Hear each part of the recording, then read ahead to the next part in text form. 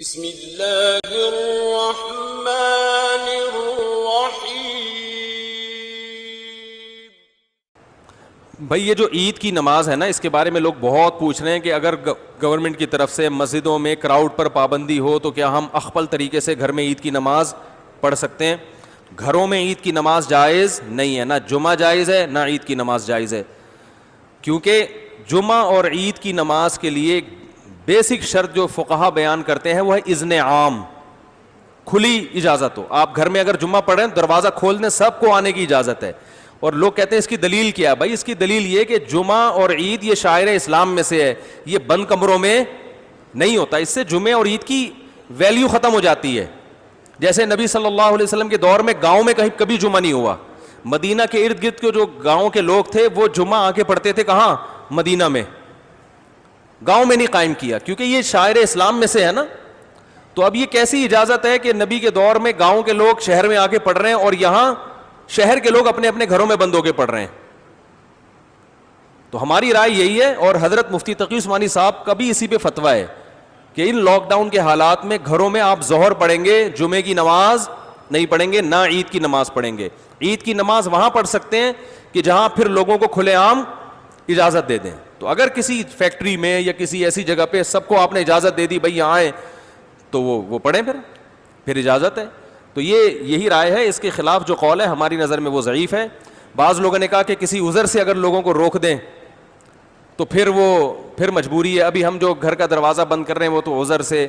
تو بھائی یہ جو فقہا نے کہا ہے نا کہ اذن عام کہ کھلی اجازت ہونی چاہیے، تو کھلی اجازت ختم تو جب ہی ہوگی نا جب کوئی عذر ہوگا، بلا عذر کون لوگوں کو نماز سے روکے گا؟ تو فقہا کا مطلب یہی ہے کہ عذر ہو یا نہ ہو آپ نے لوگوں کو اجازت دینی ہے، یہ جمعے اور عیدین کی شرائط میں سے ہے۔ تو مسلم ملک کنٹری ہو یا غیر مسلم کنٹری، وہاں پر اس بات کا اہتمام کریں کہ عید کی اگر آپ کو اجازت ملتی ہے تو پھر تو ٹھیک ہے، نہیں ملتی تو گھروں میں پھر عید کی نماز نہیں ہوگی، نہ خطبہ ہوگا۔ اپنے کوئی نوافل پڑھنا چاہے تو پڑھ سکتا ہے، وہ عید نہیں کہلائے گا، اور کیونکہ ایک شرعی عذر ہے تو وہ اللہ معاف کرنے والا ہے، اور کیا ہے۔ باقی مسجدوں میں گورنمنٹ نے اگر اجازت دی ہے، بعض لوگ یہ اشکال کرتے ہیں کہ مسجد میں بھی تو ابھی جمعہ جو ہوتا رہا ہے اس میں کھلے عام اجازت نہیں ہے، وہ تو ایک پابندی ہے کہ اتنے لوگ آئیں گے، اس سے زیادہ نہیں آئیں گے۔ تو کیونکہ گورنمنٹ کا جب کوئی حکم آتا ہے نا تو شریعت پھر یہ کہتی ہے کہ جو اجتہادی اختلافات ہوتے ہیں حکومت کے آرڈر کے آگے وہ منسوخ ہو جاتے ہیں، یعنی منسوخ کی طرح ہو جاتے ہیں۔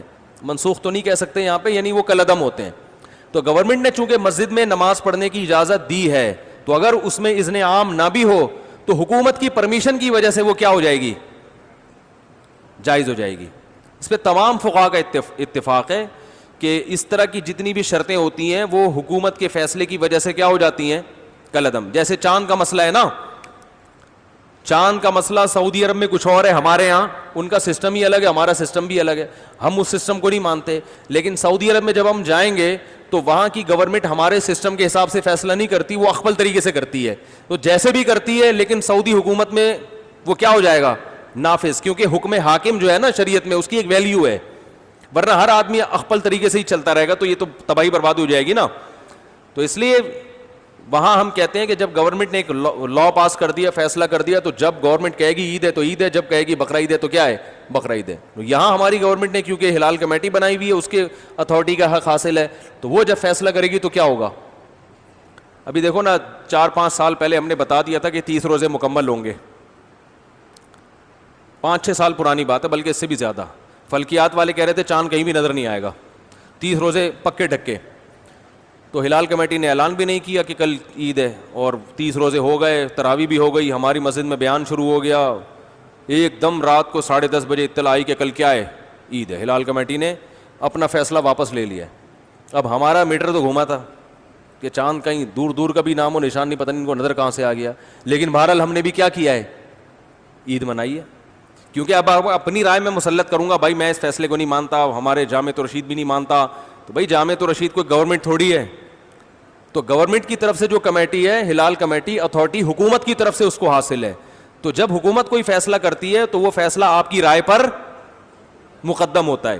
ہاں، جب تک 100% شریعت کے خلاف نہ چلے۔ وہ گورنمنٹ اگر یہ فیصلہ کر دے کہ اس دفعہ عید سرے سے ہوگی نہیں ٹھیک ہے نا، رمضان ہی چلتا رہے گا، یا 30 کے بعد 31 روزے بھی ہوں گے، تو یہ 100% کیا ہے؟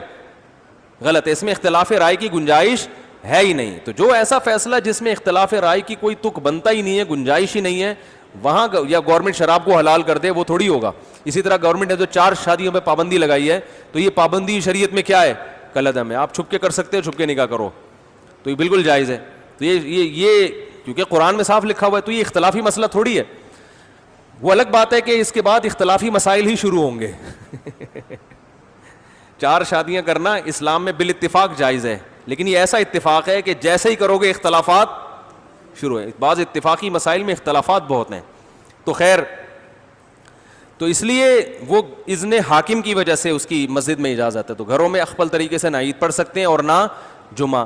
ایک آخری بات یہ کہ اگر کسی عالم کی رائے ہو کہ نہیں پڑھنی چاہیے, تو آپ اس کی رائے کو فالو کریں, مگر پھر تان و تشنیع نہ کریں کہ کلپ بنا کے ادھر میرا کلپ لگا دیا, ادھر دوسرے مولانا صاحب کی یہ کچھ اور کہہ رہے ہیں, وہ کچھ اور کہہ رہے ہیں. اس سے پھڈے بازی کے علاوہ کچھ بھی حاصل نہیں ہوتا. بھائی ہمارے یہ دلائل ہیں, اور مفتی اعظم حضرت مفتی تقی عثمانی صاحب وہ بہت بڑے محقق ہیں, ان کی بھی یہ رائے ہے. تو دلائل کے ان کی تو ایک اور بھی دلیل انہوں نے دی ہے کہ اگر اس طرح سے لوگوں کو جمعے کی اور عید کی اجازت دے دی جائے تو جمعہ اور عید کی ویلیو لوگوں کی نظر میں ختم. آئندہ جب کراؤڈ پہ پابندی جب ہٹے گی نا, تو بھی جس کو جمعہ لیٹ ہو رہا ہوگا وہ کہ بیگم کو کہے گا, بیگم اپنے ماموں کو بلا لو, چچا کو بلا لو, ادھر ہی جمعہ پڑھ لیتے ہیں. اس کا یعنی سیاسی نقصان بھی ہے, سمجھ رہے ہیں نا. جمعہ پڑھنے میں ذرا تاخیر ہو رہی ہے, تو چلو یار ادھر 2-4 بچوں کو کھڑا کیا, خطبہ یاد کرنا کون سا مشکل ہے, دیکھ کے پڑھ لیں گے خطبہ. تو جمعے کی ویلیو بھی ختم ہو جائے گی اس سے, جو جمعے کا ایک بنیادی مقصد ہے کہ کراؤڈ ہو. ویسے ہی 1.5 اینٹ کی مسجدیں ہمارے ہاں ہول سیل کے حساب سے بن رہی ہیں. تو جب اس طرح ہر گھر میں شروع ہو جائے گا, تو وہ بھی ہوگا کہ یار آج تھوڑا لیٹ ہو گئے. شروع میں تو یہ ہوگا کہ آج تھوڑا لیٹ ہو گئے تو ہم گھر میں ہی پڑھ لیں گے. اس کے بعد یہ ہوگا کہ لیٹ نہیں بھی ہوں, تو ہم جب گھر میں ہو رہا ہے تو یہ مولانا صاحب کی تقریر جا کے کیوں سنیں, ان کے منہ سے خطبہ کیوں سنیں. ویسے بھی مولانا صاحب سے مسجد میں نمازیوں کو اختلافات تو ہوتے ہیں نا, ابھی تو مجبور ہیں کہ یار جیسے مرضی ہیں جمعہ پڑھنا ہے, جا کے کیا کریں, بعد میں جا کے جو مرضی کر لیں. لیکن جب ذرا سے اختلاف ہوں گے, مولانا صاحب ہر جمعے میں 4 شادیوں پہ بات کرتے ہیں, لہذا ہم اپنا جمعہ الگ پڑھائیں گے, تو یہ شروع ہو جائے گا حساب کتاب. ٹھیک ہے نا, ذرا سے اختلاف پہ ابھی پابندی ہے بھائی, نہیں ہو سکتا, جس نے آنا ہے مسجد آئے, نہیں تو بس ختم.